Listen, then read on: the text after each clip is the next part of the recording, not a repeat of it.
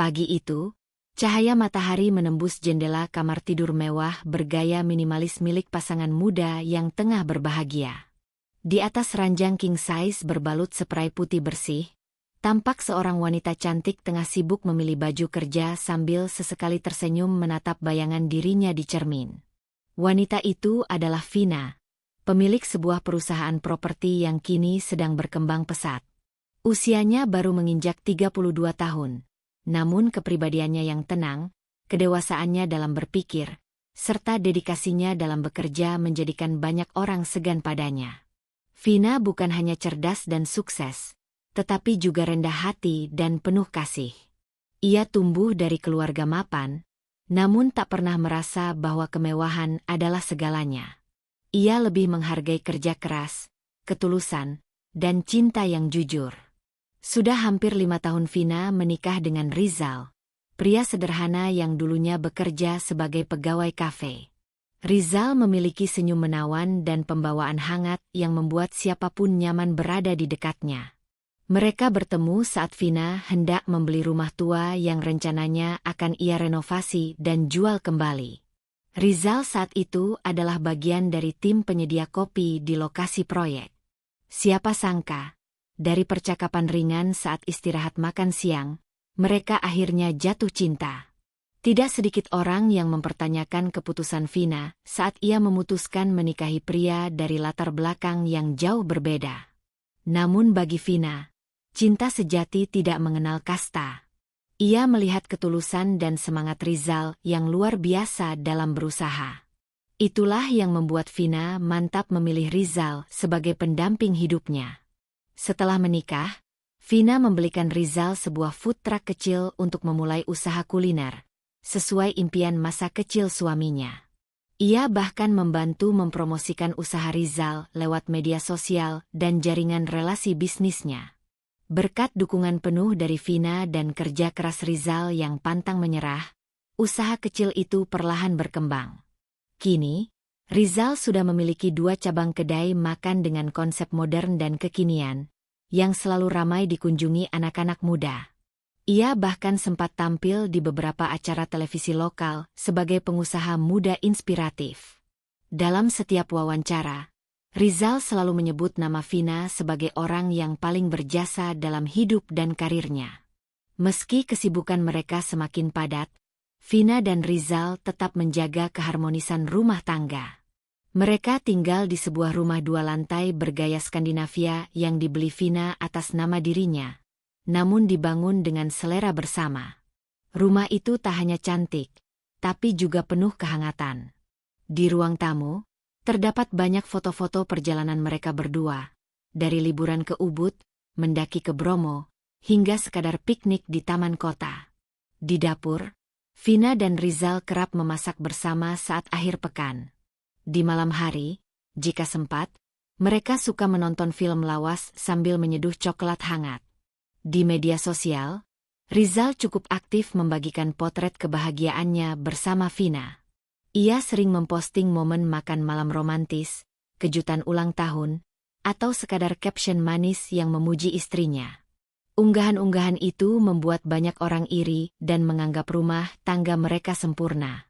Bahkan tak sedikit yang menyebut mereka sebagai couple goals, pasangan impian yang saling melengkapi dan mendukung satu sama lain. Komentar-komentar positif itu membuat Vina tersenyum setiap kali membaca. Namun, Vina bukanlah tipe yang mudah terlena. Ia tahu bahwa kehidupan rumah tangga bukan hanya tentang potret indah di media sosial, tapi tentang bagaimana 2 orang saling menjaga, saling menghormati, dan tetap setia dalam suka dan duka. Itulah sebabnya, meski banyak teman sebayanya lebih memilih tidak menikah atau menunda pernikahan demi karir, Vina tetap percaya bahwa pernikahan bisa menjadi sumber kekuatan dan kedamaian, asal dibangun di atas fondasi yang benar. Suatu hari, saat Vina pulang lebih awal dari biasanya, ia mendapati Rizal sedang menyiram tanaman di halaman belakang rumah. Suaminya mengenakan kaos putih dan celana pendek, terlihat santai namun tetap rapi. Ketika melihat Vina datang, Rizal langsung tersenyum dan mematikan selang air. "Udah pulang?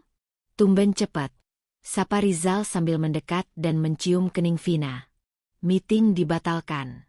Aku pikir lebih baik pulang dan istirahat bareng kamu, jawab Vina sambil tersenyum manja. Mereka lalu duduk bersama di teras belakang, menikmati semilir angin sore sambil membahas rencana liburan mereka berikutnya. Vina mengusulkan untuk kembali ke tempat bulan madu mereka dulu di Lombok, sedangkan Rizal lebih tertarik untuk mencoba destinasi baru seperti Labuan Bajo. Perdebatan kecil itu justru diwarnai tawa dan kehangatan. Rasanya, dunia seolah milik mereka berdua saja. Vina tak pernah menyangka bahwa pria sederhana yang dulu ia bantu bangkit dari nol, kini menjadi suami yang ia banggakan. Rizal pun tak pernah berhenti bersyukur karena memiliki istri seperti Vina, cantik, pintar, penyayang, dan setia. Mereka saling mengisi kekurangan satu sama lain. Jika Rizal adalah api semangat, maka Vina adalah air penenang. Jika Vina adalah strategi, Rizal adalah eksekusi. Rumah tangga mereka berjalan harmonis karena keduanya percaya bahwa cinta bukan hanya soal rasa, tapi juga pilihan dan komitmen. Di mata tetangga dan orang sekitar, Vina dan Rizal adalah pasangan yang serasi dan tanpa celah. Tidak ada gosip miring tentang mereka. Bahkan saat acara keluarga besar atau pertemuan RT, mereka selalu datang bersama, saling menggandeng dan saling menyuapi makanan. Banyak ibu-ibu yang memuji Rizal sebagai suami idaman, dan tak sedikit pula pria yang secara diam-diam mengagumi sosok Vina yang begitu tenang namun penuh wibawa. Namun, seperti matahari yang bersinar terang di pagi hari, tak seorang pun tahu apakah langit akan tetap cerah sampai malam. Vina memang menikmati kehidupan rumah tangganya yang terlihat sempurna. Namun jauh di lubuk hatinya, ia tetap seorang manusia biasa, yang punya rasa cemas, takut, dan harapan. Setiap malam sebelum tidur, ia selalu berdoa, "Ya Allah, jaga rumah tanggaku. Lindungi suamiku dari godaan dunia, dan kuatkan cintanya padaku seperti awal kami dulu bertemu." Doa yang sederhana, namun diucapkan dengan tulus dari hati seorang wanita yang percaya bahwa cinta sejati layak diperjuangkan. Hari-hari pun terus berlalu.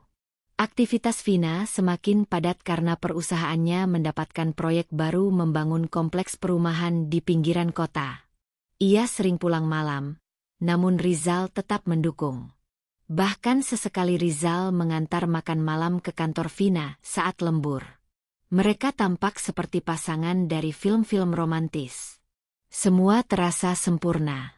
Namun Vina tidak tahu bahwa di balik senyuman manis Rizal, di balik genggaman tangan yang hangat, dan di balik unggahan-unggahan mesra itu, ada sesuatu yang perlahan mulai berubah. Belum nampak jelas, belum terasa menyakitkan, namun bisikan kecil itu telah hadir, dan kelak akan menjadi badai besar dalam hidup Vina. Tapi hari ini, semua masih terasa damai. Dan Vina masih percaya bahwa rumah tangganya adalah rumah cinta yang tak akan pernah runtuh. Kilasan kenangan itu kembali hadir dalam benak Vina saat ia duduk sendirian di ruang kerja pribadinya pada malam yang sepi. Di hadapannya, ada sebuah figura foto lama. Foto dirinya dan Rizal berdiri di depan gerobak makanan sederhana berwarna merah marun dengan tulisan tangan, "Dapoer Rizal, spesial nasi goreng dan mie tek-tek." Senyuman mereka kala itu begitu tulus. Tak ada kilau harta atau pujian publik, hanya semangat dua insan yang yakin bisa menaklukkan dunia jika saling menggenggam. Semua bermula dari obrolan ringan di ruang tengah rumah mereka, tak lama setelah menikah. Rizal, yang saat itu masih bekerja serabutan, kerap mengutarakan keinginannya untuk membuka usaha sendiri. Ia tidak ingin terus bergantung pada pekerjaan yang tidak pasti dan penghasilan yang pas-pasan. Ia ingin membuat sesuatu yang bisa dibanggakan. Sesuatu yang bisa ia perjuangkan dari nol. "Aku tuh dari kecil udah suka masak," ucap Rizal kala itu, dengan mata yang bersinar. "Dulu aku suka bantu ibu di dapur jualan nasi uduk. Sekarang aku pengen punya warung sendiri. Gak gede, tapi milik sendiri. Yang bisa aku rawat, aku besarkan." Vina yang mendengarnya hanya tersenyum. Ia tahu betul bahwa impian suaminya bukan sekadar angan-angan kosong. Rizal memang punya bakat memasak. Bahkan, saat mereka masih pacaran, Rizal sering memasakkan makan malam spesial untuknya setiap akhir pekan. Vina pun mulai berpikir. Ia tak ingin hanya jadi pendengar impian, tapi ingin menjadi bagian dari terwujudnya impian itu. Beberapa hari setelah percakapan itu, diam-diam Vina membuka kotak perhiasan warisan dari almarhum ibunya. Di sana ada gelang emas yang selama ini tak pernah ia pakai. Ada cincin berlian yang dulu diberikan ayahnya saat ia lulus kuliah. Semua kenangan indah yang tersimpan dalam bentuk materi itu, ia lepas satu persatu. Ia menjualnya tanpa ragu, lalu menambahkan sedikit dari tabungannya untuk mencukupi modal awal. Ketika ia menyerahkan amplop tebal berisi uang tunai kepada Rizal, pria itu sempat terdiam lama. Matanya berkaca-kaca. "Kamu serius, Nah?" tanyanya dengan suara serak. Vina mengangguk. "Aku serius, Zal. Ini bukan cuma tentang uang. Ini tentang percaya. Aku percaya kamu bisa." Itulah awal dari segalanya. Dengan modal yang cukup untuk membeli gerobak makanan, menyewa tempat kecil di pinggir jalan, dan membeli bahan baku, Rizal memulai usaha kulinernya. Ia memilih menjual nasi goreng, mie tek-tek, dan beberapa menu malam lainnya. Menu yang akrab di lidah masyarakat dan tak pernah kehilangan penggemar. Malam pertama berjualan adalah malam penuh haru. Vina ikut membantu, mengenakan celemek dan berdiri di samping Rizal, membungkus makanan, mencatat pesanan, hingga membersihkan meja. Mereka hanya menjual 5 porsi malam itu, tapi Vina justru merasa itu pencapaian besar. Rizal mengusap keringatnya dengan penuh rasa bangga, lalu memeluk Vina erat-erat. Hari demi hari, usaha itu tumbuh perlahan. Dari gerobak di pinggir jalan, pindah ke kios kecil. Dari kios kecil, berkembang menjadi kedai makan yang nyaman dengan desain kekinian. Dan kini, Dapoer Rizal memiliki 2 cabang permanen di pusat kota dan 1 food truck yang keliling area kampus. Rizal bahkan diundang untuk menjadi narasumber di beberapa seminar UMKM. Semua orang mengaguminya sebagai pengusaha muda inspiratif. Namun, tak banyak yang tahu siapa sosok di balik layar yang menjadi fondasi dari semua keberhasilan itu. Vina. Vina tak pernah mengklaim keberhasilan Rizal sebagai miliknya. Ia tidak pernah menyebutkan pengorbanan yang telah ia lakukan. Tidak pernah menyombongkan bahwa modal pertama Rizal berasal dari uang penjualan perhiasan pribadinya. Ia lebih memilih menjadi pendukung setia di belakang panggung. Seseorang yang terus mendorong Rizal agar tetap melaju, bahkan ketika lelah mulai menghampiri. Namun seiring waktu, Vina mulai merasakan pergeseran kecil dalam hubungan mereka. Rizal yang dulu selalu semangat bercerita tentang perkembangan usahanya kini mulai sering menyimpan cerita. Dulu, ia akan mengirim pesan singkat untuk memberitahu bahwa ia telat pulang karena urusan dapur bocor atau bahan baku telat datang. Kini, ia hanya berkata, lembur, "Sayang, ada rapat sama tim." Vina masih percaya. Ia memilih untuk tetap berpikir positif. Toh, wajar saja jika Rizal kini lebih sibuk. Usahanya berkembang, karyawannya bertambah, dan tanggung jawabnya makin besar.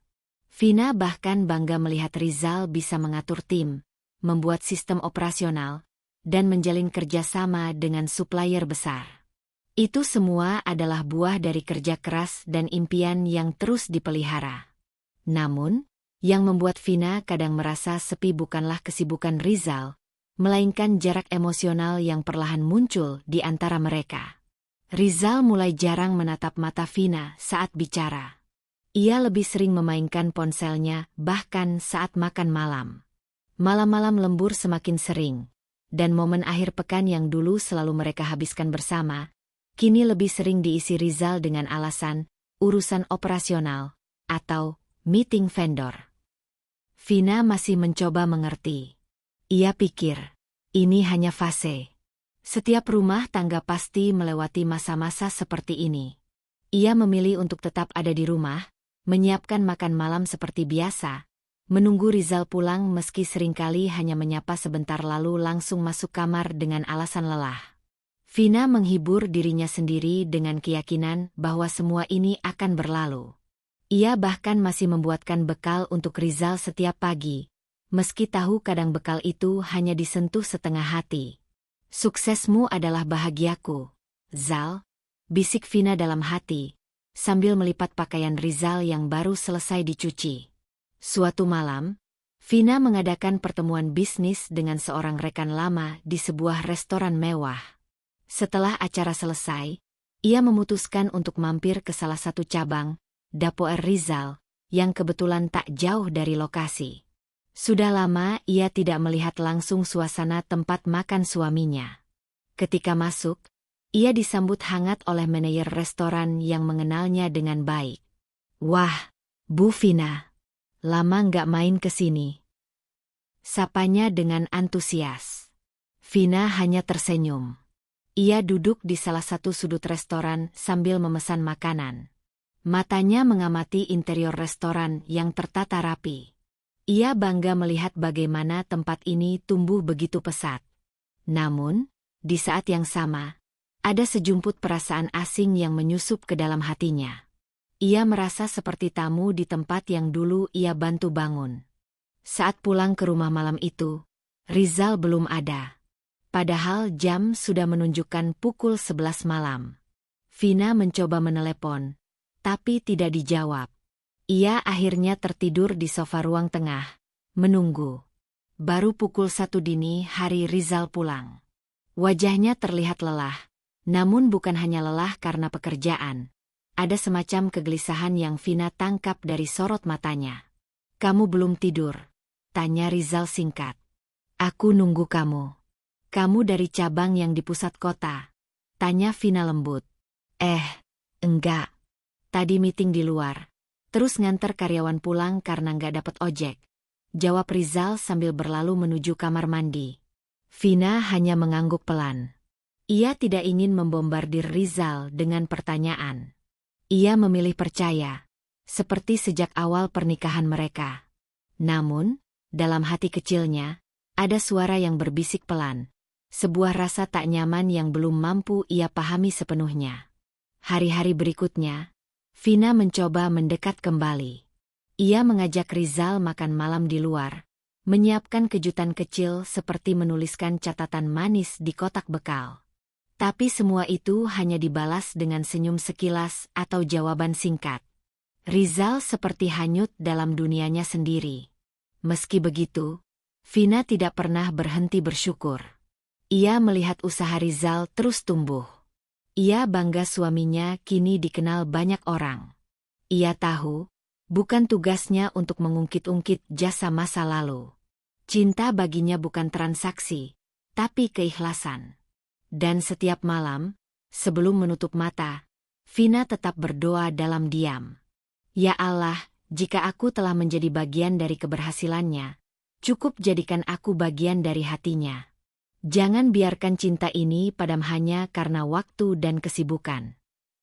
Namun, ia tak tahu bahwa perlahan, Rizal mulai menyimpan rahasia. Rahasia yang akan menguji batas cinta dan kesabaran Vina. Tapi untuk saat ini, Vina masih berdiri sebagai istri setia. Masih memeluk kenangan, masih menggenggam harapan. Karena dalam hatinya, cinta sejati tak membutuhkan pujian. Cukup pengakuan yang jujur dari hati. Ada sesuatu yang perlahan tapi pasti berubah dalam kehidupan rumah tangga Nadia dan Reza. Perubahan itu tidak datang secara tiba-tiba seperti hujan deras yang mengguyur tanpa awan mendung terlebih dahulu.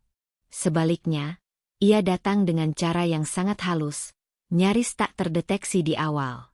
Namun bagi seorang istri yang selama ini mengenal baik suaminya, perubahan itu tetap terasa walau sekecil apapun pergeserannya. Dulu, Reza selalu pulang sebelum maghrib. Paling lambat pukul 8 malam, dia sudah berada di rumah, berganti pakaian, lalu duduk bersama Nadia menonton televisi atau sekadar berbincang soal hari yang mereka lalui. Tapi kini, nyaris setiap hari Reza pulang larut malam. Bahkan seringkali setelah lewat pukul 11.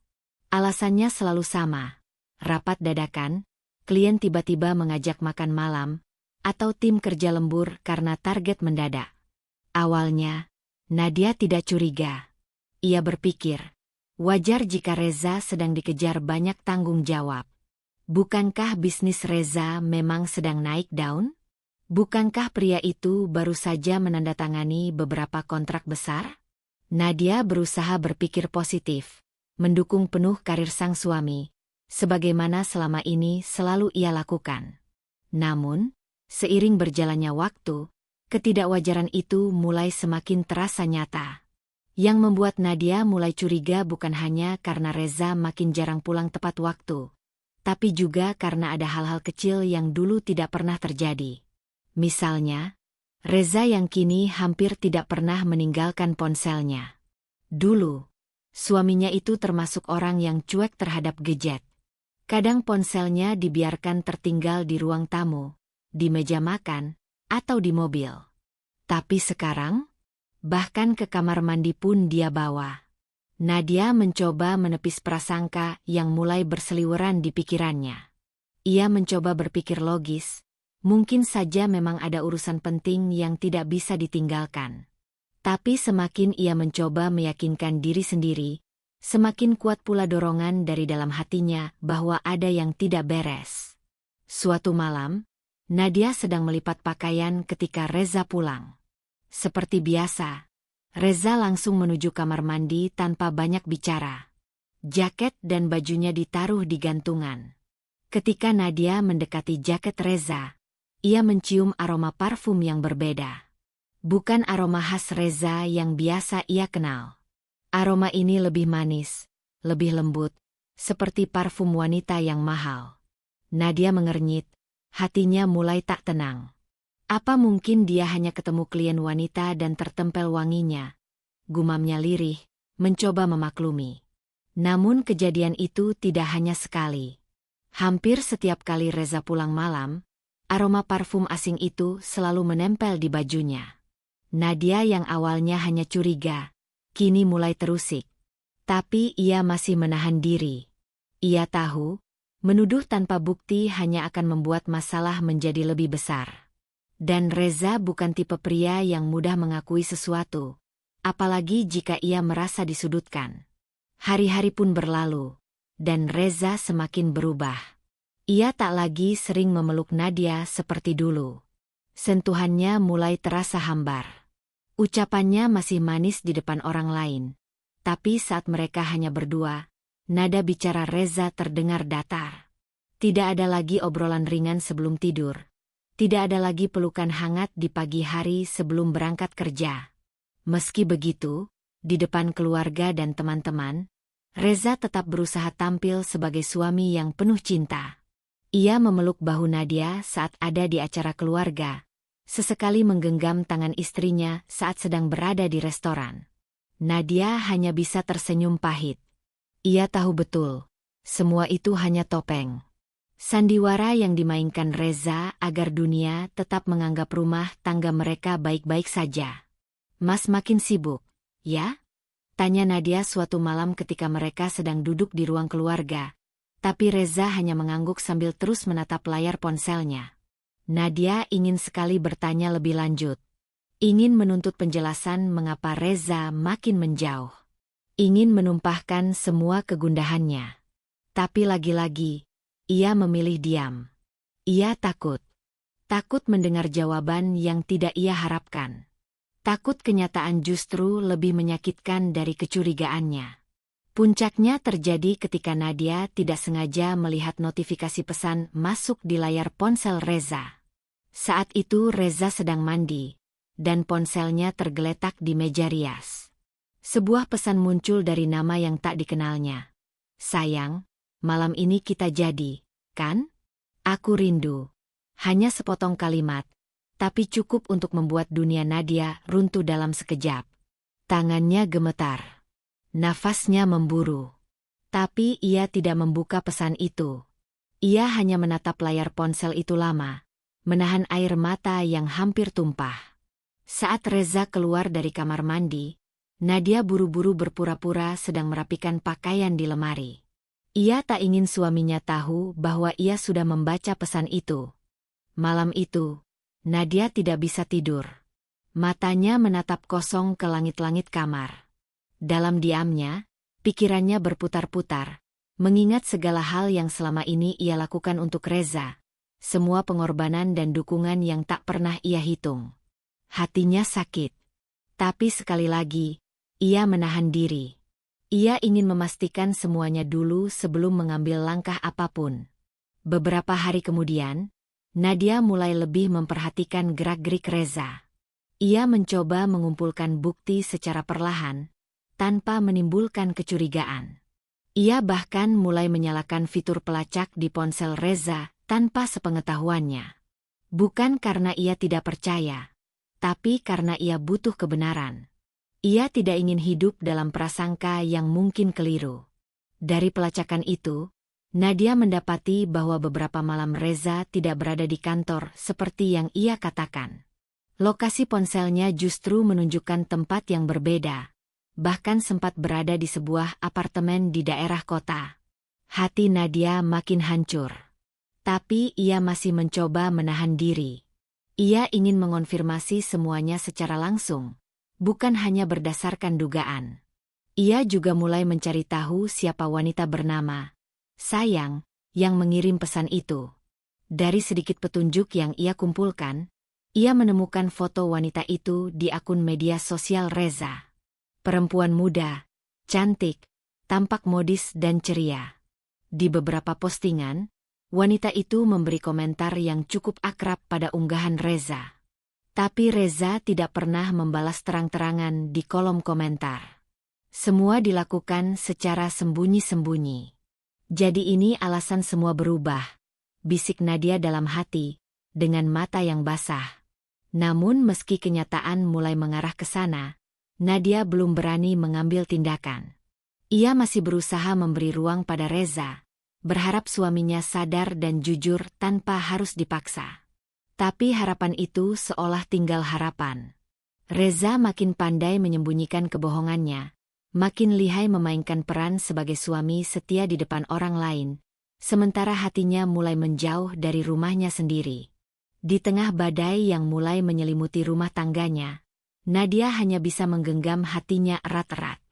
Ia sadar, badai ini belum benar-benar datang, tapi langit sudah terlalu kelam untuk diabaikan. Ia tahu, akan ada hari di mana ia harus memilih, bertahan demi cinta yang dulu mereka bangun bersama, atau melepaskan demi harga dirinya yang mulai diinjak-injak oleh pengkhianatan. Tapi untuk saat ini, Nadia masih memilih diam. Diam yang penuh luka. Diam yang menyimpan air mata.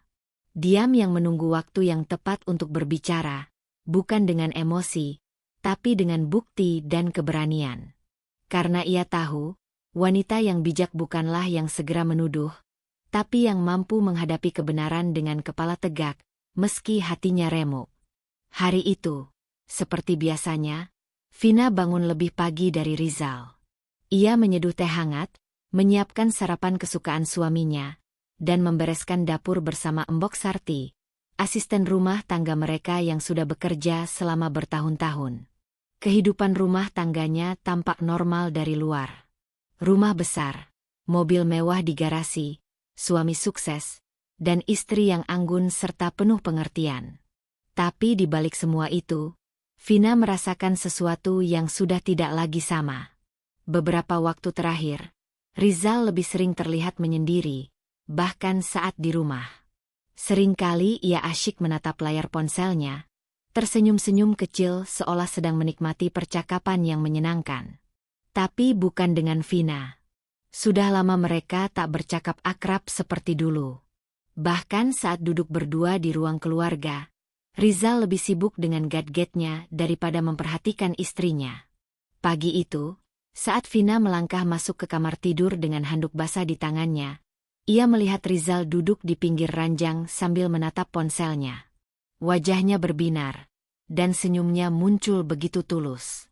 Itu bukan senyum palsu yang biasa ia tunjukkan saat menyapa tetangga atau menghadiri acara formal. Itu adalah senyum bahagia, seperti seseorang yang sedang jatuh cinta. "Mas?" sapa Vina pelan, mencoba menyembunyikan nada curiga di balik suara lembutnya. Rizal tampak sedikit kaget, buru-buru mematikan layar ponselnya dan meletakkannya di meja samping tempat tidur. "Oh, Vina, kamu sudah selesai mandi," katanya, seolah tak terjadi apa-apa. "Iya. Tadi kamu senyum-senyum sendiri. Ada yang lucu?" "Cuma lihat meme lucu dari grup kantor," jawabnya cepat, tanpa menatap mata Vina. Vina hanya mengangguk kecil. Tapi di dalam hatinya, guncangan itu terasa makin besar. Ia tahu Rizal tidak mengatakan yang sebenarnya. Ia hafal semua ekspresi dan bahasa tubuh suaminya. Dulu, senyum seperti itu adalah miliknya. Sekarang, ia bahkan lupa kapan terakhir kali Rizal menatapnya dengan binar bahagia. Vina tidak langsung melabrak atau bertanya lebih jauh. Ia belajar dari hidup bahwa tidak semua hal harus dihadapi dengan emosi. Ia memilih diam. Tapi dalam diamnya, ia mulai menyusun strategi. Ia tidak ingin bertindak gegabah tanpa kepastian. Ia tidak ingin menuduh suaminya tanpa bukti. Tapi sebagai istri, ia juga tidak ingin dibodohi. Hari-hari berlalu, dan semakin banyak tanda-tanda aneh yang Vina temukan. Rizal yang dulu selalu memberitahukan kemana ia pergi, kini lebih sering menghindar. Ia lebih sering mengatakan, ada urusan kantor, tanpa menjelaskan detailnya. Ponsel yang dulu sering dibiarkan di meja makan, kini selalu dibawa kemanapun, bahkan ke kamar mandi. Dan yang paling membuat Vina terluka, Rizal mulai jarang menyentuhnya. Hubungan mereka terasa dingin. Bahkan saat Vina mencoba untuk lebih manja, Rizal hanya membalas dengan senyum kaku. Kadang, ia bahkan berpura-pura lelah dan langsung tidur. Vina mulai menyadari bahwa bukan hanya perhatiannya yang hilang, tapi juga keintiman mereka yang dulu selalu menghangatkan malam. Puncak kecurigaan Vina terjadi ketika suatu sore, saat Rizal bilang akan lembur dan pulang malam, Embok Sarti mendekatinya dengan raut ragu. "Bu Vina, saya minta maaf kalau ini lancang. Tapi saya merasa ibu perlu tahu," ujar Embok Sarti hati-hati. Vina menoleh. "Ada apa, Embok?"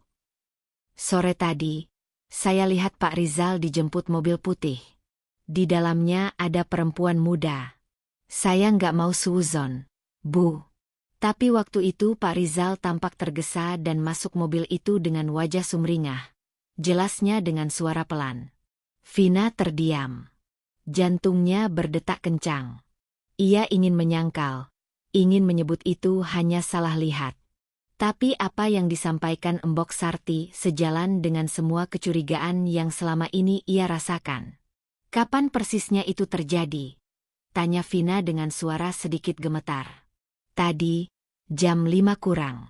Saya pikir Pak Rizal ke kantor, makanya saya nggak bilang.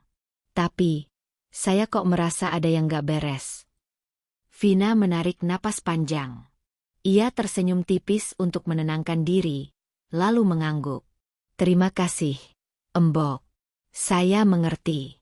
Saya juga belum tahu apa yang sebenarnya terjadi, jadi kita simpan dulu, ya." Embok Sarti mengangguk pelan, tampak lega karena akhirnya bisa menyampaikan apa yang mengganjal di hatinya. Sejak hari itu, Vina memutuskan untuk mulai menyelidiki semuanya sendiri. Ia tidak ingin mempercayakan keputusan penting pada emosi sesaat. Maka ia mulai mencatat semua hal mencurigakan.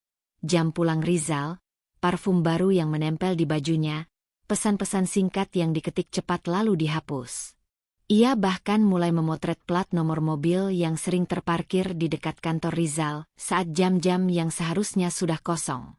Di dalam hatinya, Vina menangis. Ia tidak pernah membayangkan suaminya, pria yang ia dampingi dari nol, bisa berubah secepat ini. Ia teringat masa-masa sulit saat ia menjual perhiasan satu persatu demi membantu usaha pertama Rizal.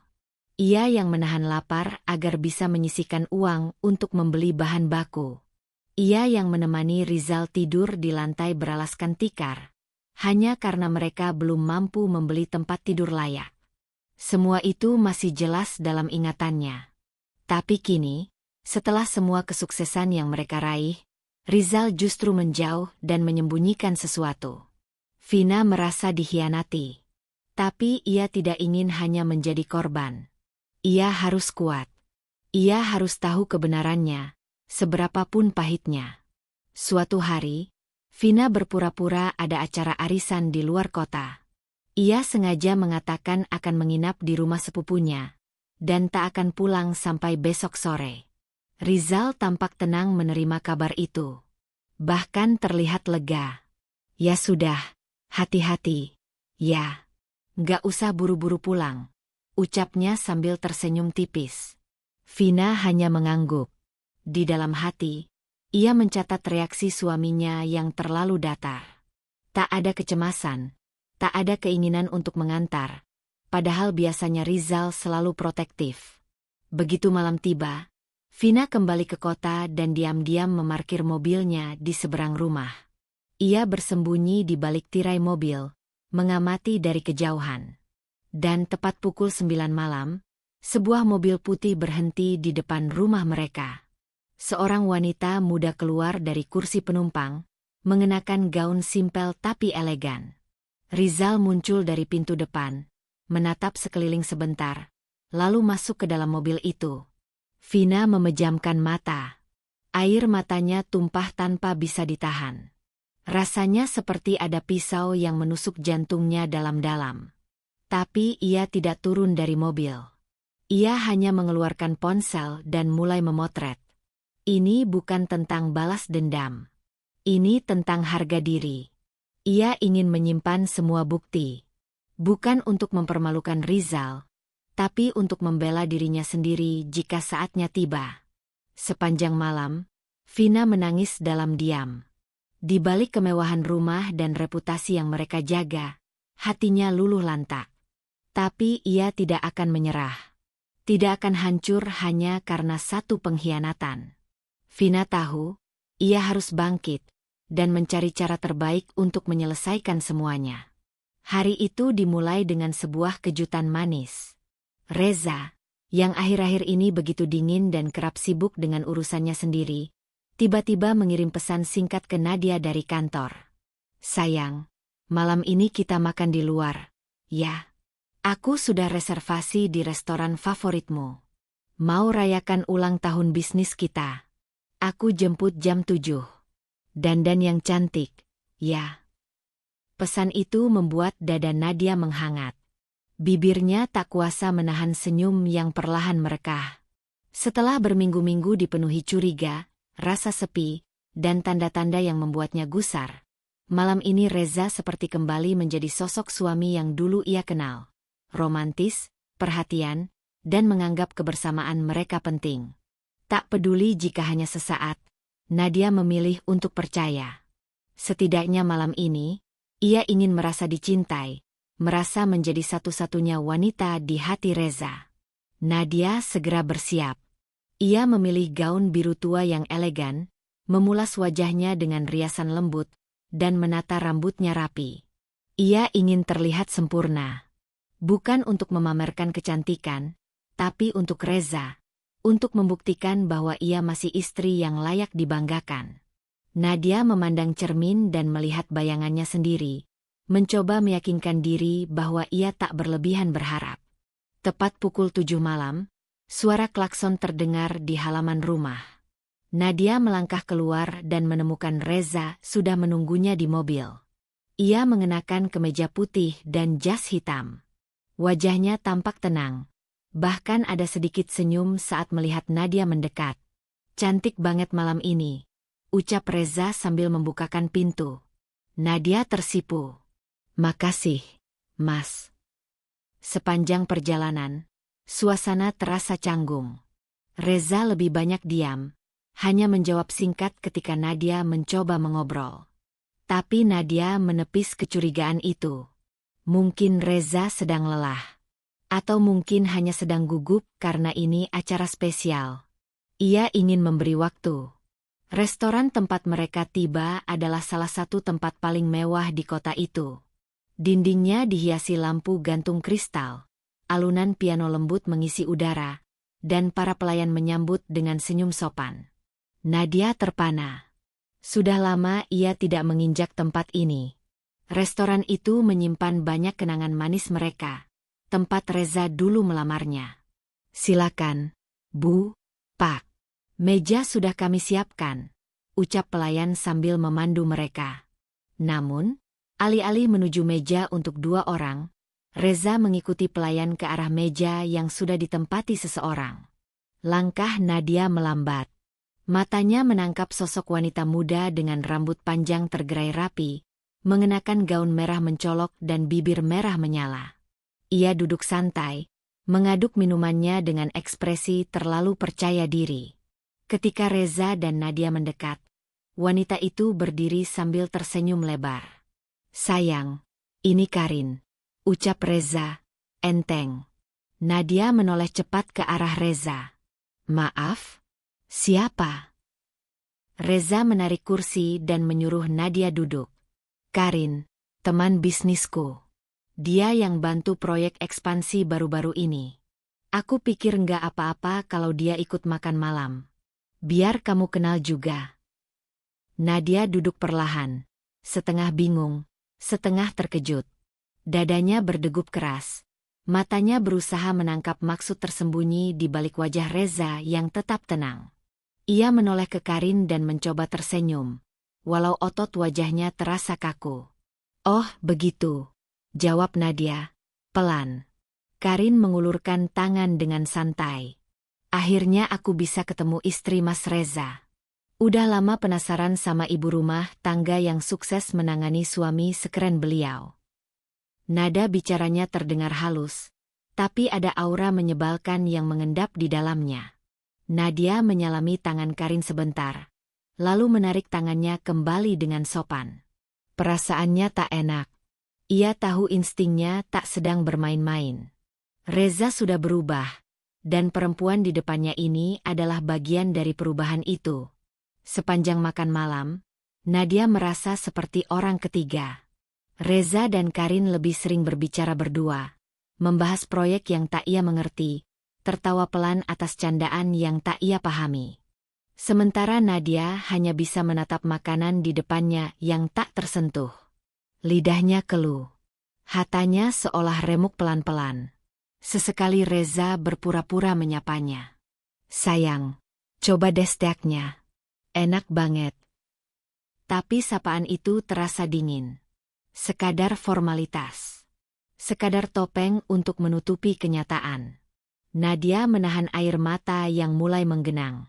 Ia meneguk air putih untuk menahan isak yang ingin keluar. Kepalanya berputar cepat. Mengapa Reza mengajaknya? Apakah ini bentuk sindiran? Atau sekadar ingin menyakiti dengan cara halus? Mungkin Reza ingin menunjukkan bahwa ia sudah punya pengganti. Bahwa cinta yang dulu mereka bangun kini telah dipindahkan pada perempuan yang lebih muda, lebih segar, lebih menantang. Setelah makan malam selesai, Reza membayar tagihan. Nadia berdiri, masih menunduk, berusaha menahan gemetar di tubuhnya. Saat mereka hendak keluar restoran, Karin dengan santai menggandeng lengan Reza sambil berkata, "Sampai ketemu di meeting besok, ya, Mas." Reza hanya tertawa kecil, lalu melepas pelan tangannya. "Iya, besok. Hati-hati di jalan, ya." Karin melirik Nadia, lalu menyunggingkan senyum tipis. Senyum yang tidak bisa disalahartikan. Nadia tahu betul. Itu bukan sekadar senyum basa-basi.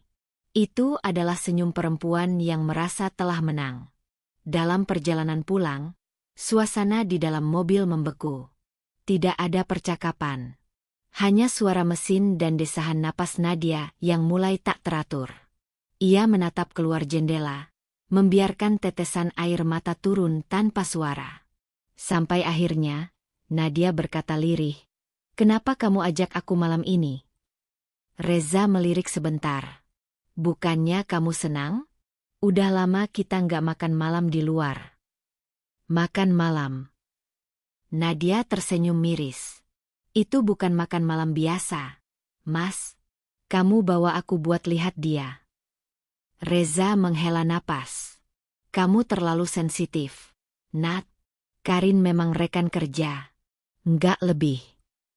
Nadia mengangguk pelan, tapi hatinya menjerit. Ia tahu Reza berbohong. Ia tahu persis bagaimana tatapan mata seseorang yang sedang tertarik. Reza tak pernah menatapnya seperti itu lagi. Tapi tadi, kepada Karin tatapan itu terlalu jelas. Sesampainya di rumah, Reza langsung masuk ke kamar dan melepas jasnya. Sementara Nadia berdiri di depan cermin, menatap dirinya sendiri.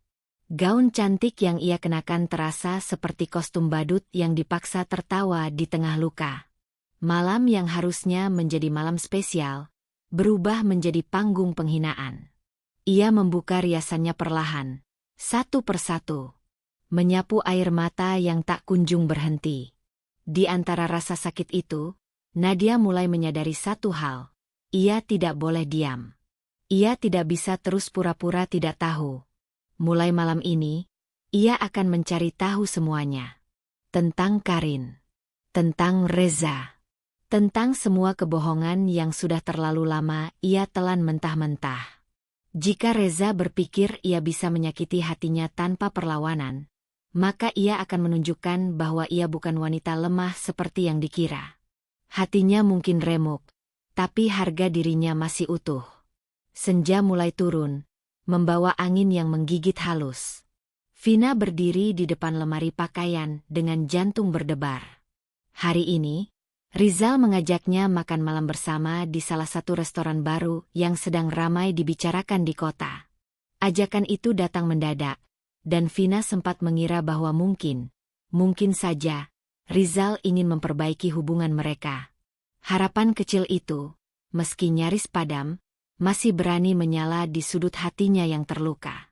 Ia memilih gaun krem sederhana, menata rambutnya dengan anggun, dan memakai riasan tipis. Di depan cermin, ia memaksakan senyum. Wajahnya memang terlihat siap, tapi tidak dengan batinnya. Ia telah melewati hari-hari penuh curiga, tanda-tanda jelas yang menunjuk pada pengkhianatan. Tapi malam ini, ia menekan semua itu, demi secercah kemungkinan bahwa Rizal akan kembali menjadi suami yang dulu pernah ia cinta. Saat mereka tiba di restoran, suasana hangat dan elegan langsung menyambut. Lampu gantung mewah memantulkan cahaya keemasan di dinding-dinding kaca. Para tamu berbicara dengan nada rendah, sementara iringan piano mengalun lembut di latar. Namun, baru beberapa langkah masuk, Vina merasakan ada yang aneh. Rizal menggandeng tangannya sekilas, lalu melepasnya secepat itu saat melihat seseorang melambaikan tangan ke arah mereka dari meja pojok. Seseorang yang langsung membuat perut Vina mulas. Bella. Perempuan muda dengan pakaian yang mencolok, dandanan menor, dan senyum tak tahu malu. Perempuan yang beberapa kali dilihat Vina berseliweran di sekitar kantor Rizal, dan yang lebih dari sekali disebut-sebut oleh asisten rumah tangga sebagai wanita yang pernah menjemput Rizal saat ia mengira suaminya bekerja lembur. Rizal melangkah lebih dulu menuju meja. Vina menyusul perlahan. Bella berdiri dan langsung memeluk Rizal dengan gaya berlebihan. Dadanya yang terbuka nyaris menempel di dada suaminya. Vina terhenti beberapa detik, menahan nafas, menatap dengan getir. Sayang, akhirnya datang juga, ucap Bella dengan suara manja yang dibuat-buat, sembari menempelkan pipi ke Rizal. Vina berhenti di sisi meja, menatap Bella tanpa ekspresi. Permisi, saya istri sah Pak Rizal. Anda siapa? Bella hanya tertawa, tidak terganggu sama sekali. Oh, maaf. Aku kira udah nggak ada status. Soalnya Mas Rizal selalu bilang kalian sudah pisah hati sejak lama. Seketika dada Vina sesak. Tapi ia tetap menahan diri. Ia tidak datang untuk ribut, Ia hanya ingin kejelasan, atau setidaknya menjaga martabatnya di tempat umum. Maaf kalau saya tidak tahu skenario yang sedang kalian mainkan malam ini, ucap Vina pelan tapi tegas. Tapi saya masih istri sahnya. Dan saya rasa tidak pantas berbicara seperti itu di depan umum. Namun, sebelum Bella bisa membalas, Rizal justru bersuara lebih dulu. Udahlah, Vin. Jangan bikin malu. Bella nggak salah apa-apa. Kamu aja yang terlalu sensitif. Dari dulu kamu memang selalu drama. Vina tertegun. Ia menoleh ke arah Rizal dengan tatapan yang sulit diartikan. Sakit. Bingung. Marah. Tapi di atas semua itu, ia tak percaya pria yang dulu pernah berjanji menjaganya kini membela perempuan lain, di hadapan banyak orang. Bella memanfaatkan kesempatan itu. Ia meraih tangan Rizal, menyandarkan kepala manja di pundaknya. Aku nggak enak, Mas. Istri Mas jadi tersinggung gini. Mungkin dia nggak biasa lihat perempuan cantik ya. Gumamnya sambil tersenyum mengejek ke arah Vina. Vina menarik napas panjang. Ia tetap berdiri tenang, walau hatinya bergetar hebat. Bella, saya tidak datang untuk adu kecantikan. Saya datang karena suami saya mengajak saya. Tapi kalau ternyata saya hanya dijadikan penonton dari sandiwara kalian, maka saya permisi. Ia hendak berbalik, tapi Rizal tiba-tiba berdiri dan membentaknya. Kamu itu kenapa sih, Vin? Mau kamu apa sebenarnya? Gak cukup kamu bikin aku capek di rumah. Sekarang kamu bikin malu di depan orang banyak. Semua mata di restoran mulai memperhatikan. Beberapa pelayan saling pandang, dan pengunjung meja lain mulai berhenti makan, memperhatikan keributan yang tak biasa. Rizal, aku cuma, suara Vina tercekat. Pelak. Tangan Rizal mendarat di pipi Vina. Keras. Jelas terdengar. Semua tamu menahan napas. Seorang pelayan wanita menutup mulutnya kaget. Beberapa orang berdiri dari tempat duduk. Vina tak bergeming. Tubuhnya memang goyah, tapi ia tidak jatuh. Matanya terbuka lebar, menatap wajah suaminya dalam. Pipi kanannya panas, tapi dadanya jauh lebih panas. Tidak ada air mata yang keluar. Tidak ada jeritan histeris. Yang ada hanya tatapan diam penuh luka dan keteguhan.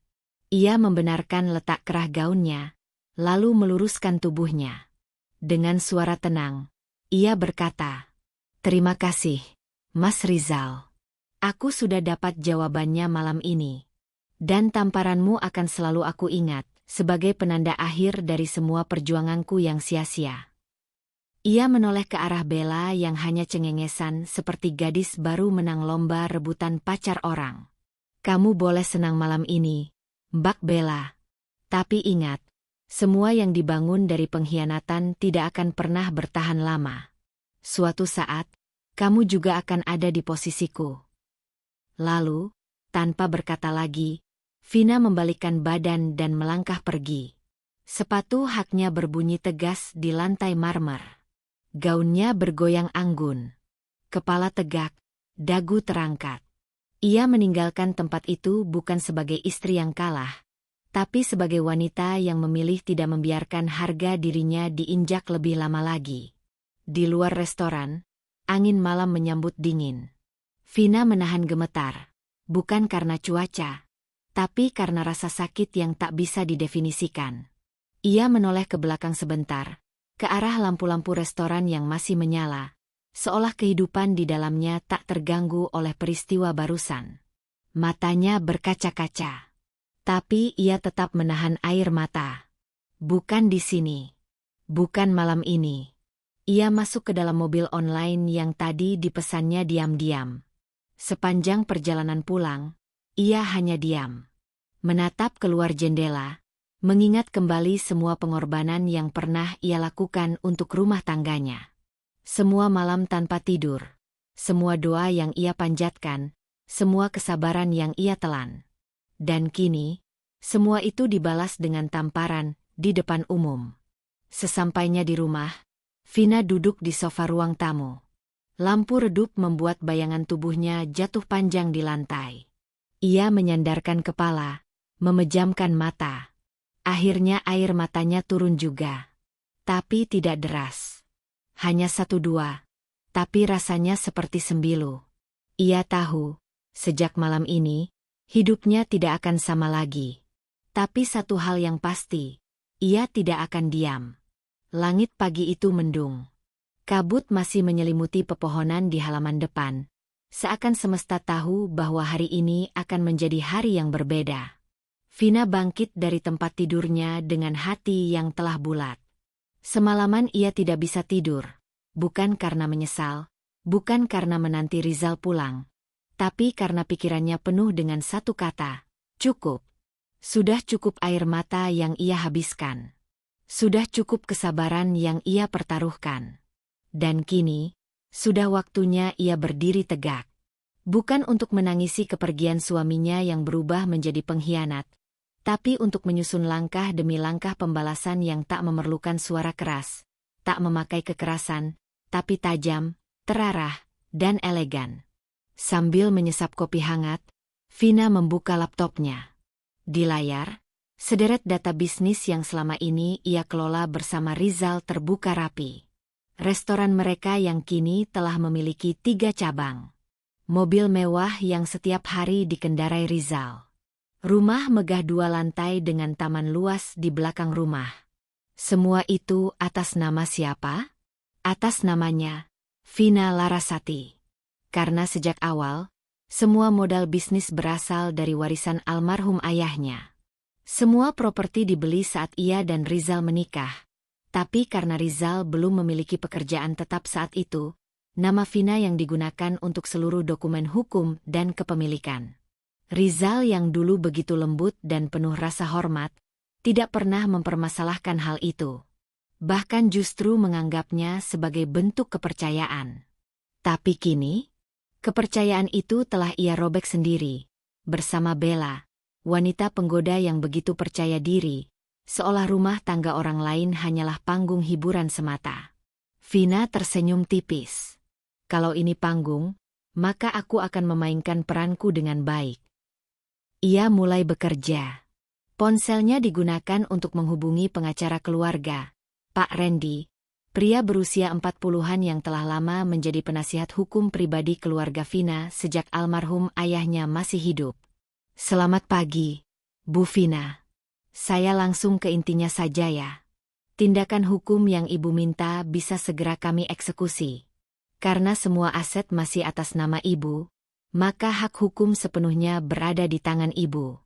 Termasuk untuk memblokir akses terhadap rekening bisnis maupun pribadi yang terafiliasi dengan nama Bu Vina. Jelas Pak Randy dari seberang telepon. Termasuk kartu kredit tambahan atas nama Rizal.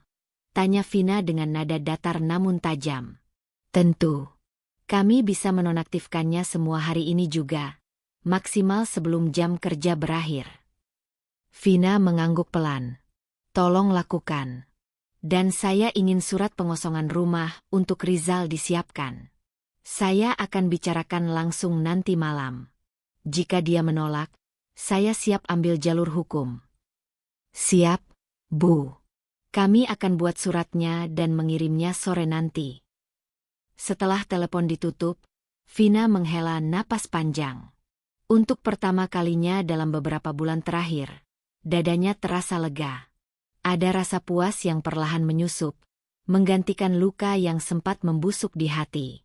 Ia menghubungi bank, meminta agar semua rekening yang biasa digunakan Rizal dibekukan aksesnya. Semua fitur mobile banking atas nama suaminya langsung dinonaktifkan. Ia juga menghubungi pengelola restoran dan tim akuntan yang selama ini melapor ke Rizal untuk langsung berpindah laporan kepadanya. Tidak ada satupun yang berani menolak. Semua tahu siapa yang sesungguhnya memiliki kendali dalam bisnis ini. Sementara itu, Rizal, yang baru bangun siang karena mabuk bersama Bella malam sebelumnya, terbangun dengan ponsel berbunyi bertubi-tubi. Tapi anehnya, semua notifikasi aplikasi perbankan menghilang. Ia coba membuka mobile banking, tapi aplikasi itu langsung logout sendiri. Apaan nih? Gerutunya. Ia buru-buru menelepon bagian keuangan restoran, tapi tak ada yang menjawab. Ia menghubungi manajer, dan baru setelah menunggu, telepon akhirnya tersambung. Mas Rizal, maaf. Saya baru dapat info bahwa Bu Vina mengambil alih semua laporan keuangan. Kami diminta langsung melapor ke beliau mulai hari ini. Apa maksud lo? Gue masih pemilik di sini, bentak Rizal. Maaf, Mas. Tapi semua dokumen hukum atas nama Bu Vina. Kami hanya mengikuti perintah legal. Klik. Telepon ditutup. Rizal terpaku. Jantungnya berdebar panik. Ia mencoba menyalakan mobil, tapi mesin mati. Ia baru sadar, mobil itu juga atas nama Vina. Dan entah bagaimana, remote digital mobilnya sudah tak bisa digunakan. Ia coba membuka bagasi, tapi terkunci. Apa-apaan ini? Bella keluar dari kamar tidur apartemen mereka sambil merapikan rambut.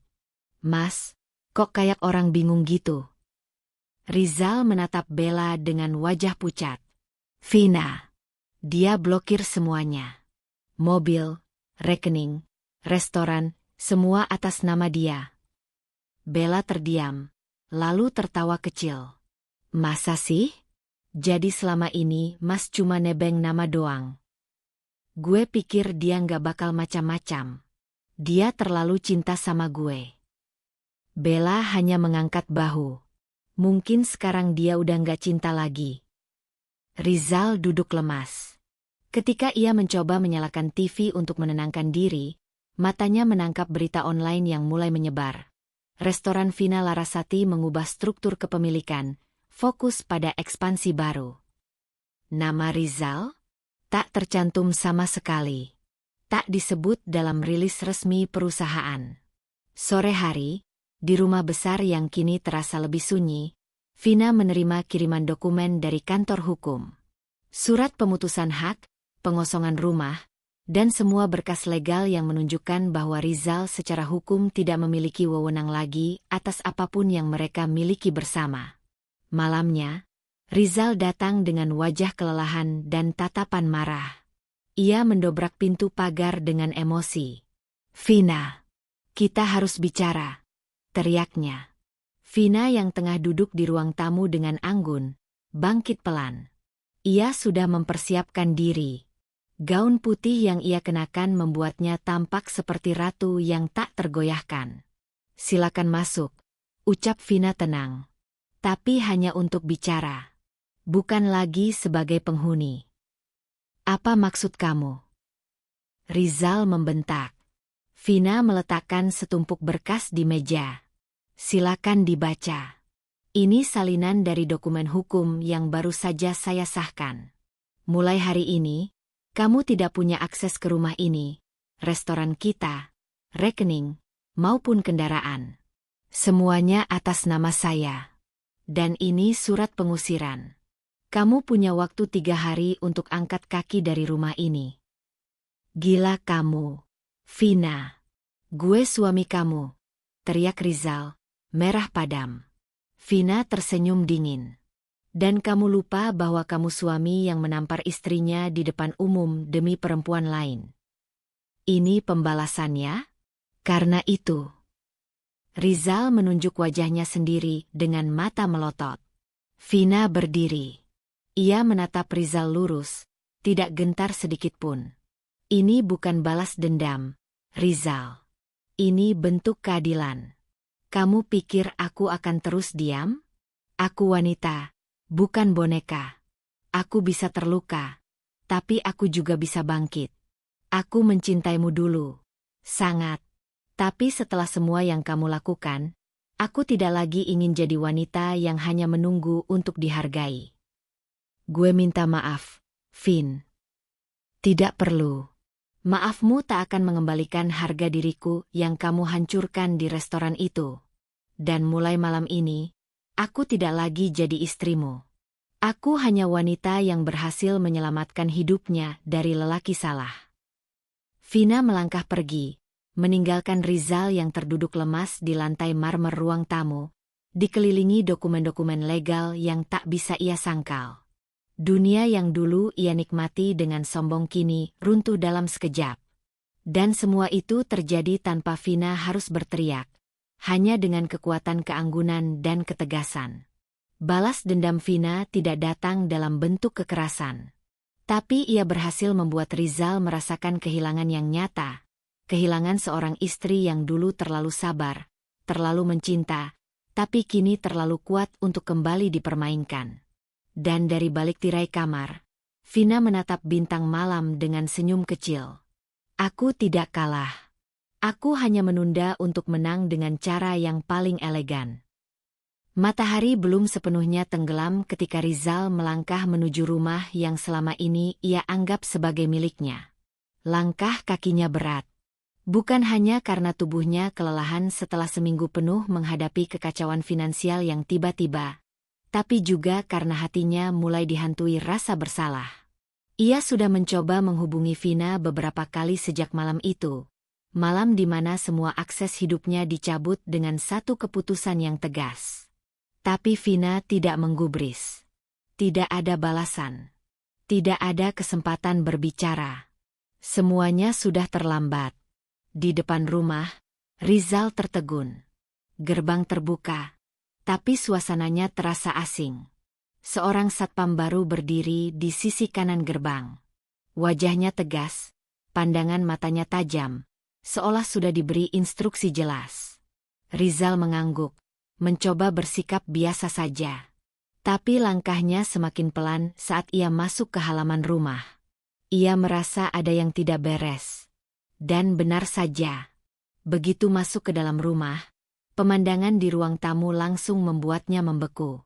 Koper-koper besar, kardus-kardus bertumpuk, bahkan sepatu dan pakaian pribadinya telah dimasukkan ke dalam tas.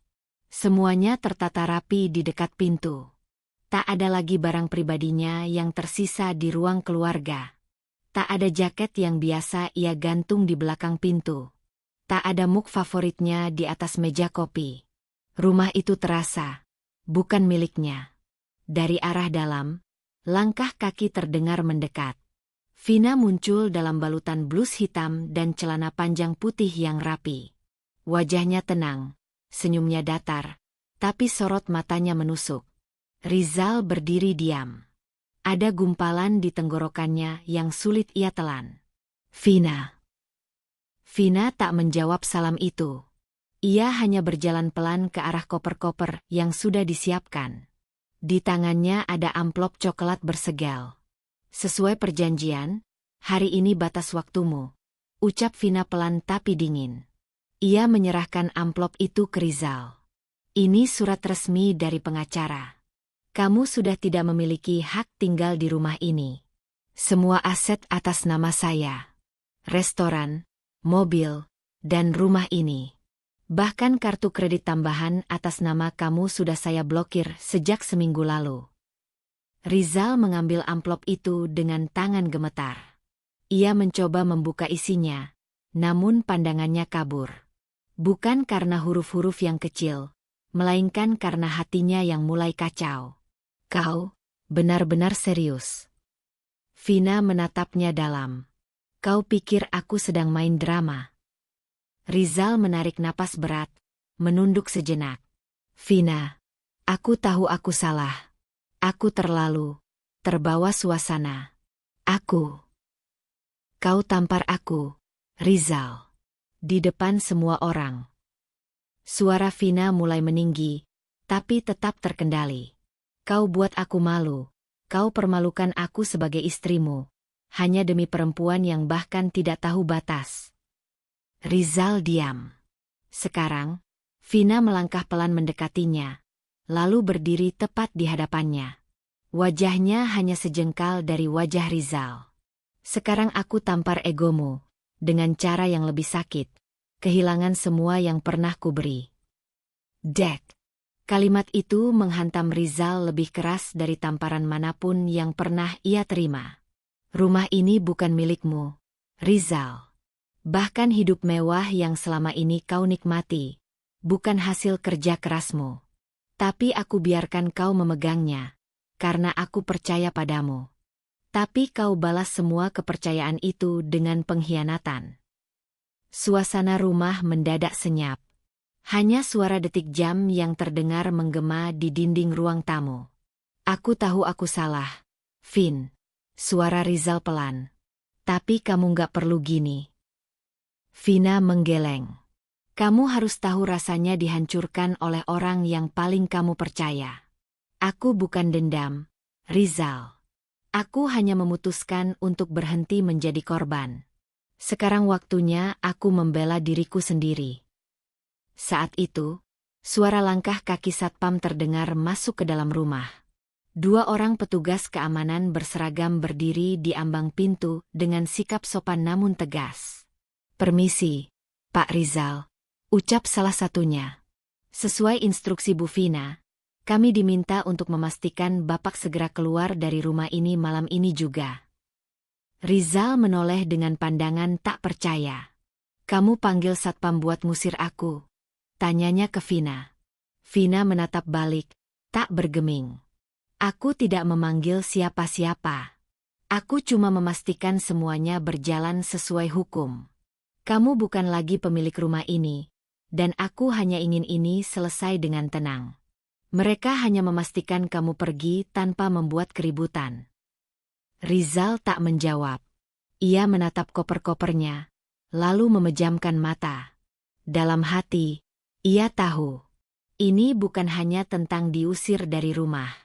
Ini tentang ditendang keluar dari hidup seseorang yang dulu begitu mencintainya. Seseorang yang ia abaikan dan sakiti. Dengan langkah berat, Rizal mulai menarik koper besarnya keluar rumah. Satpam membantunya dengan sopan. Tak ada suara. Tak ada teriakan. Hanya kesunyian dan rasa perih yang mendera.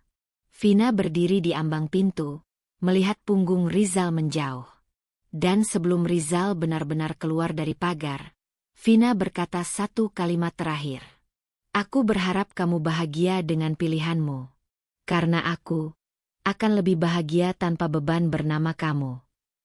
Rizal menoleh, menatapnya sekali lagi, berharap bisa membaca penyesalan di mata Vina. Tapi yang ia lihat hanyalah ketegasan dan kelegaan. Wanita itu sudah selesai dengannya. Dan ia tidak akan pernah bisa kembali. Langkah Rizal perlahan menghilang di ujung jalan. Malam pun turun dengan angin yang menusuk. Tapi bagi Vina, malam itu bukan lagi gelap. Malam itu adalah awal dari sebuah hidup baru. Hidup tanpa pengkhianatan, tanpa luka, tanpa suami yang menjatuhkan harga dirinya. Kini, rumah itu miliknya seutuhnya. Dan hidupnya kembali ke tangannya sendiri. Setelah diusir dari rumah dan kehilangan semua aset yang selama ini menjadi tumpuan hidupnya, Rizal merasa dunia seolah runtuh di depan matanya. Ia yang dulu dianggap sukses dan disegani, kini hanya seorang pria yang meraba-raba kegelapan dalam hidupnya sendiri. Tidak hanya kehilangan tempat tinggal dan kekayaan materi, tapi juga kehilangan cinta dan kepercayaan yang paling ia butuhkan. Bella, wanita muda yang selama ini menjadi pelakor dalam hidupnya, perlahan mulai menunjukkan wajah aslinya. Awalnya, Bella memang hadir dengan segala pesona dan janji manisnya. Ia menampakkan diri sebagai sosok yang setia dan siap menemani Rizal melewati masa sulit. Namun, ketika Rizal benar-benar jatuh dan tidak lagi punya apa-apa untuk ditawarkan, Bella berubah sikap. Perlahan tapi pasti, ia mulai menjauh dan tak lagi memberi perhatian. Telepon yang dulu selalu dijawab cepat, kini berakhir di voicemail. Pesan-pesan yang pernah dibalas dengan penuh cinta, kini hanya dibaca tanpa balasan. Rizal mulai merasakan dinginnya pengabaian dari wanita yang ia kira akan selalu ada di sisinya. Dengan hati yang hancur dan harga diri yang remuk, Rizal berusaha untuk memperbaiki kesalahan. Ia mencoba menghubungi Vina, berharap masih ada celah untuk memperbaiki hubungan yang sudah hancur itu. Namun, setiap usaha yang ia lakukan berakhir sia-sia. Vina menolak berbicara dengannya, menutup rapat pintu hatinya yang dulu pernah terbuka untuk Rizal. Dia sudah lelah diperlakukan seperti boneka yang bisa dimainkan sesuka hati. Vina kini memilih untuk fokus pada kebahagiaannya sendiri, membangun kehidupan yang jauh lebih baik tanpa Rizal. Di sisi lain, Vina mulai menata hidupnya dengan penuh semangat dan tekad. Meski hatinya pernah terluka, ia tidak membiarkan kesedihan itu menghancurkannya. Ia kembali ke dunia usaha yang dulu sempat tertunda karena berbagai masalah rumah tangga. Dengan modal dan koneksi yang ia miliki, Vina membuka restoran baru yang lebih modern dan elegan. Restoran ini menjadi simbol kebangkitan dan kemandirian seorang wanita yang tidak mau kalah oleh pengkhianatan. Setiap hari, Vina datang lebih awal ke restoran, mengawasi operasional, berinteraksi dengan staf, dan menyusun strategi pemasaran yang kreatif. Ia ingin restoran ini bukan hanya tempat makan, tapi juga inspirasi bagi banyak wanita yang pernah mengalami hal serupa. Tidak lama setelah pembukaan, restoran Vina mulai mendapat sambutan hangat dari pelanggan dan media lokal. Berita tentang kisah hidupnya yang penuh liku dan keberanian bangkit dari keterpurukan menyebar luas di media sosial. Banyak wanita yang merasa terinspirasi oleh Vina, melihatnya sebagai contoh nyata bahwa perempuan bisa kuat dan mandiri. Vina juga aktif berbicara di berbagai seminar dan acara motivasi. Ia berbagi pengalamannya dengan jujur, tanpa menyimpan luka atau dendam. Jangan pernah takut untuk memulai kembali, ucapnya dalam sebuah acara. Keberanian terbesar adalah bangkit dari kegagalan dan mengubahnya menjadi kekuatan. Kata-katanya membakar semangat banyak wanita yang selama ini merasa terpuruk oleh masalah rumah tangga atau pengkhianatan. Sementara itu, Rizal yang kini hidup penuh penyesalan, mencoba mencari pekerjaan serabutan. Dari pekerjaan menjadi pengantar barang sampai sopir ojek online, ia jalani dengan rendah hati. Ia sadar bahwa semua yang ia miliki dulu hanyalah karena perjuangan Vina, bukan hasil jerih payahnya sendiri. Tapi rasa malu dan harga diri yang terluka membuatnya sulit bergaul dengan orang-orang lama. Teman-teman bisnisnya pun mulai menjauh, melihatnya sebagai pria yang sudah kehilangan arah. Tidak sedikit yang menganggap Rizal sebagai pria gagal yang harus menanggung akibat dari kesalahannya sendiri. Ia menjadi contoh nyata bahwa kesuksesan yang dibangun dengan cara salah akan runtuh dengan cepat. Hari-harinya diisi dengan refleksi diri dan berusaha memperbaiki apa yang bisa diperbaiki, meskipun ia tahu tak ada jalan untuk kembali ke masa lalu. Sedangkan Vina, semakin hari semakin berkembang dan dikenal sebagai wanita sukses yang inspiratif. Kehidupan barunya penuh dengan kesempatan dan harapan. Ia tak lagi merasa sendirian. Banyak wanita yang mendekat untuk belajar dan berbagi pengalaman, membentuk komunitas yang saling mendukung. Vina menjadi pusat kekuatan dan semangat baru, bukti nyata bahwa perempuan bisa berdiri sendiri, lebih kuat dan lebih bijaksana setelah melewati badai. Dalam perjalanan ini, Vina tidak hanya membangun bisnis dan reputasinya, tapi juga menemukan kedamaian dalam hati. Ia menyadari bahwa kehilangan Rizal bukan akhir dari segalanya, tapi justru awal dari sebuah kehidupan baru yang lebih bermakna. Dengan mata yang cerah dan hati yang tegar, Vina menatap masa depan dengan penuh optimisme. Hidupnya kini menjadi inspirasi, bukan hanya untuk dirinya sendiri tapi juga untuk banyak orang yang pernah merasa terpuruk dan kini ingin bangkit kembali. Setelah segala badai dan ujian yang melanda hidupnya, Vina akhirnya menatap masa depan dengan langkah mantap dan penuh percaya diri. Semua luka yang pernah membekas di hatinya tak lagi menjadi beban yang menghambatnya, melainkan kekuatan yang memacu semangatnya untuk terus maju. Ia memulai hidup baru dengan penuh kebebasan, tidak terbelenggu oleh masa lalu yang penuh kekecewaan dan pengkhianatan. Kini, Vina menikmati setiap hari dengan sukacita yang sederhana.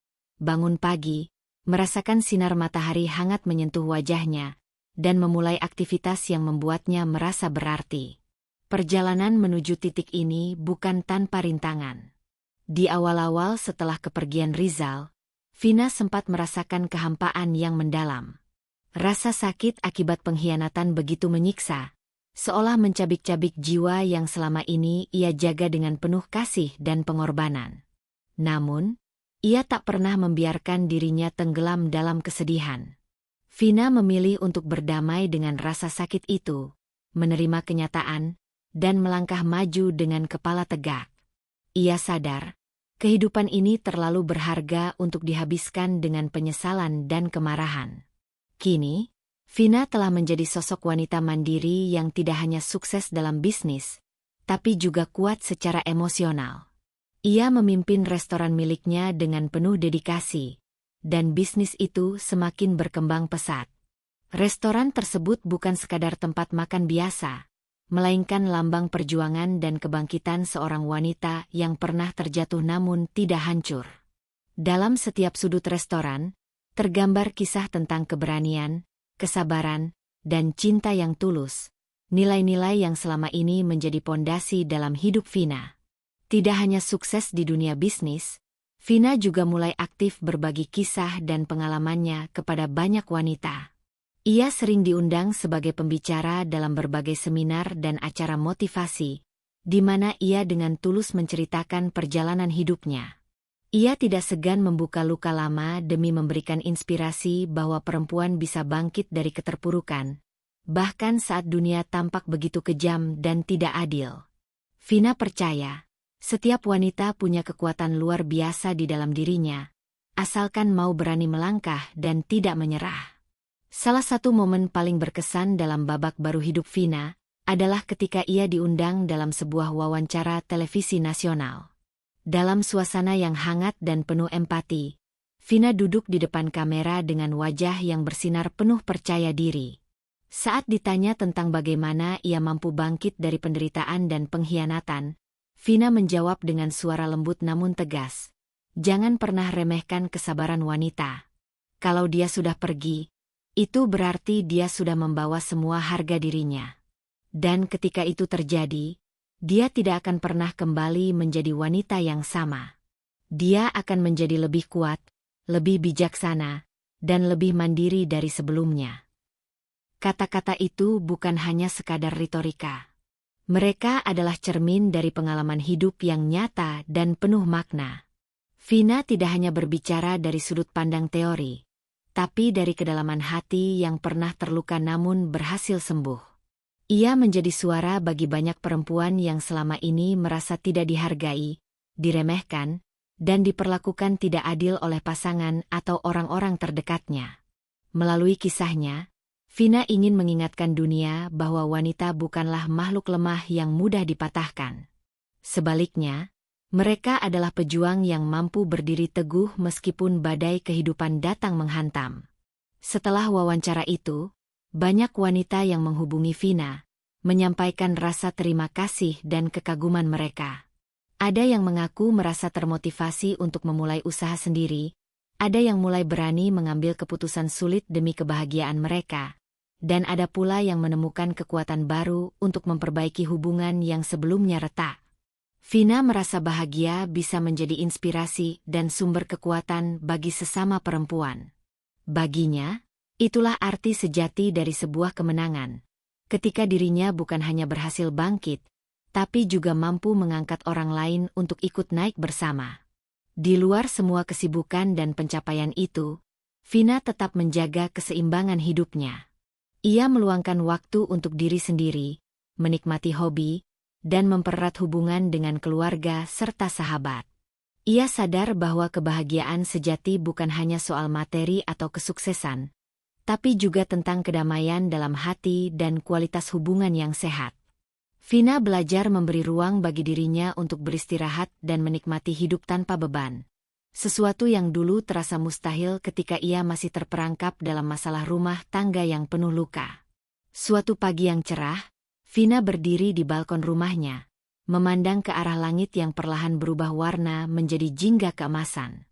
Matahari terbit membawa harapan baru, sinar hangat yang menyelimuti dunia dengan janji akan hari yang lebih baik.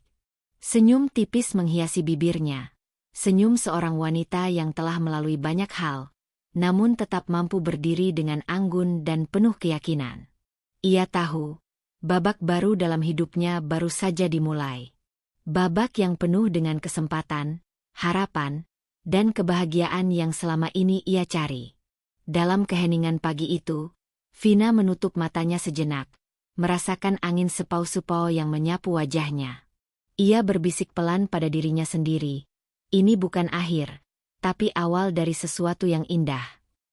Tidak ada penyesalan yang membelenggu, tidak ada dendam yang membakar jiwa. Hanya ketenangan dan keberanian yang mengalir dalam darahnya, menguatkan setiap langkah yang akan diambilnya. Cerita Vina adalah cerita tentang wanita yang terluka tapi tidak hancur. Wanita yang pernah merasakan sakitnya pengkhianatan, tapi memilih untuk bangkit dan menata hidup dengan caranya sendiri. Kisahnya mengajarkan bahwa kekuatan wanita bukan terletak pada siapa yang mencintainya, melainkan pada seberapa besar ia mampu mencintai dan menghargai dirinya sendiri. Bahwa harga diri adalah harta paling berharga yang harus dijaga, dan ketika itu direnggut, jangan takut untuk pergi dan memulai lagi. Dengan semangat yang membara, Vina menatap masa depan tanpa rasa takut atau ragu. Ia tahu, perjalanan hidupnya akan terus berlanjut dengan berbagai tantangan dan kebahagiaan yang datang silih berganti. Tapi kini, ia siap menghadapinya dengan hati yang penuh cinta, keberanian, dan keteguhan. Sebuah kehidupan baru yang penuh warna telah menanti di hadapannya, dan Vina siap menulis kisahnya dengan tinta emas. Hidup ini memang penuh liku dan tak jarang kita dihadapkan pada rasa sakit yang mendalam, terutama ketika datang dari orang yang kita cintai. Namun, jangan pernah biarkan luka itu memadamkan cahaya dalam dirimu. Ingatlah, setiap kesulitan adalah kesempatan untuk belajar dan tumbuh menjadi pribadi yang lebih kuat. Ketika satu pintu tertutup, pasti ada pintu lain yang terbuka. Pintu menuju kesempatan baru dan kebahagiaan yang sejati. Jangan takut untuk memulai kembali, meski harus berjalan sendiri di awal. Percayalah, kekuatan terbesar datang dari dalam diri sendiri, dari keberanian untuk bangkit dan melangkah meski dunia seolah menentang. Kamu tidak sendirian.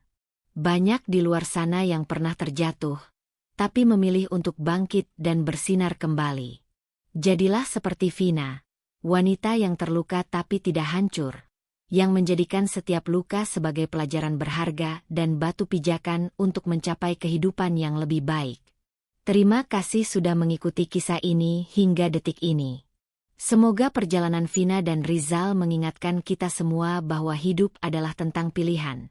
Pilihan untuk terus maju, untuk memperbaiki, dan untuk mencintai diri sendiri tanpa syarat. Jika kamu sedang berada di masa sulit, jangan pernah kehilangan harapan. Percayalah, badai pasti berlalu, dan sinar matahari selalu datang kembali. Sampai jumpa di episode selanjutnya, di mana kisah baru akan terus menginspirasi dan menguatkan hati kita semua. Ingat, kamu lebih kuat dari yang kamu kira.